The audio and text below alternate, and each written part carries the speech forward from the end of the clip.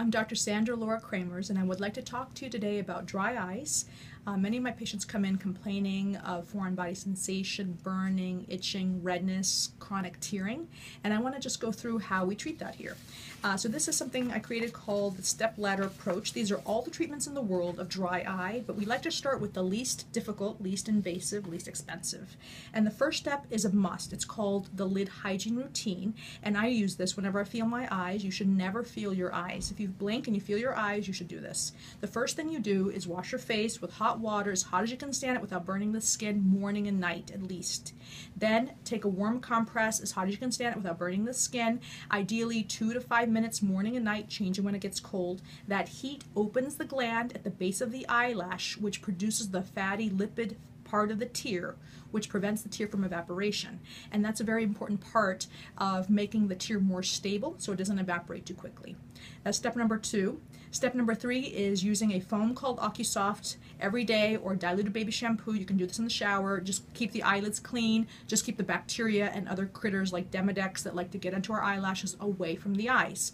Step number 4 is something I love called Clearadex. I don't have any stock in any of these companies, but I use this.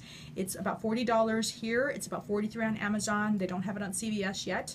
And I basically will cut it in half, put it in a Ziploc bag so it lasts a little longer.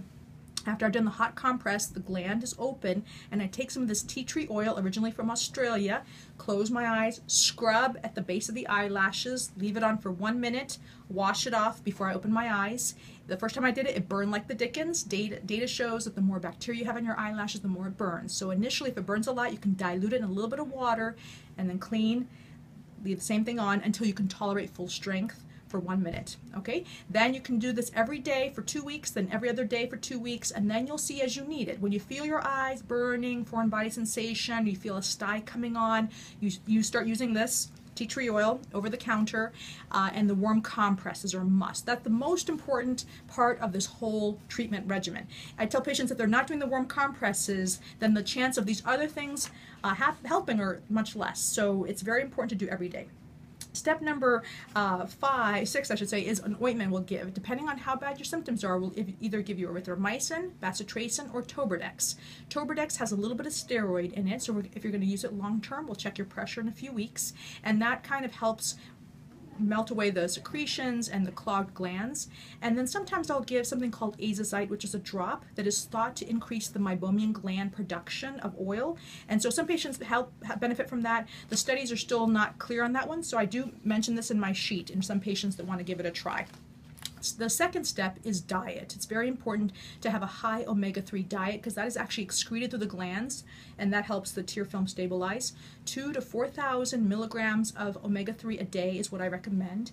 And I tell patients to read section number 2 because it goes through other suggestions such as going gluten-free for 2 months, although we can't say you have to do it. There's some suggestions that it helps in certain patients. There's a great book called Grain Brain that I recommend all my patients read to understand some of the research being done in this area.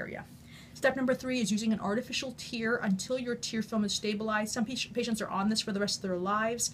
Some patients can use it in the short term and use as a tool that they take out of their toolbox from time to time. If it has no preservative, you can use it every hour as needed. If it has a preservative, no more than 4 times a day because it can actually cause toxicity to the cornea, the preservative.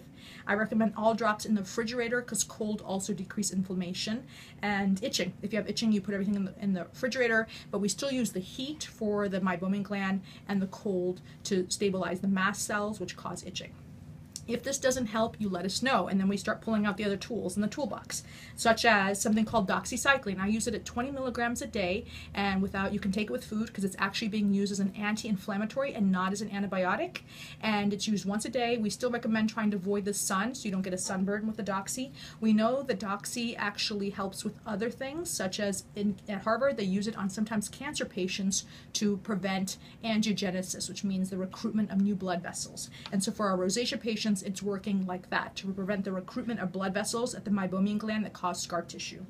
We love Restasis. And the problem with Restasis is you really do have to have a clear tear film. That's why it's number 6 on my sheet. We know that you need at least 3 months of Restasis twice a day for it to really kick in. It's the only FDA-approved drop that has been proven to decrease inflammation. It's essentially a diluted cyclosporin drop, so it's a real strong anti-inflammatory. My patients that love it really love it. My patients that hate it really hate it because it can cause sometimes burning. So we use steroid, a little small steroid drop called Lotemax or Alrex, twice a day or 3 times a day for the first 2 or 3 weeks to help you tolerate the Restasis until the Restasis starts to kick in. And then once it does, most patients really are happy with the Restasis in terms of how their eyes feel.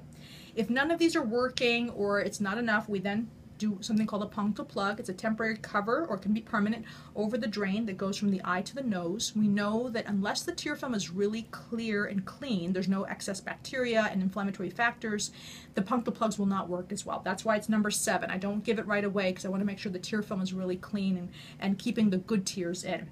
If none of these work, we go into number 8, which are the innovative ways of treating dry eye. This is not covered by insurance.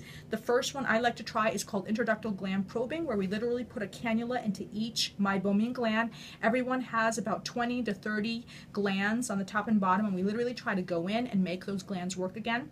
There's something called LipiFlow, which is the only FDA-approved device, which is essentially a machine that kind of tries to milk out this oil from the meibomian glands. And there's another thing called intense pulse light, which is not as researched, but some patients have had a good effect with that. If these don't work, we also recommend things like a personal humidifier that you can buy on Amazon around your neck or next to your bed or next to your workplace. We use a lot of autologous serum here at Visionary Ophthalmology that works very well in patients that need it. And what that is we take a sample of a patient's blood, spin it down, take out the serum, and create an artificial tear that the patient can use as often as needed for their dry eyes, and that works very well. The other treatments as well are sometimes needed, and we obviously try to treat patients early so they don't have to go up to the next tier of the step ladder.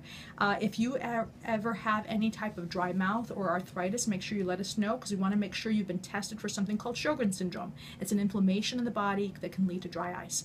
I hope this little video has helped. If you have any questions, please feel free to email me, Dr. Dr. Kramers at visionaryeyedoctors.com. Thank you.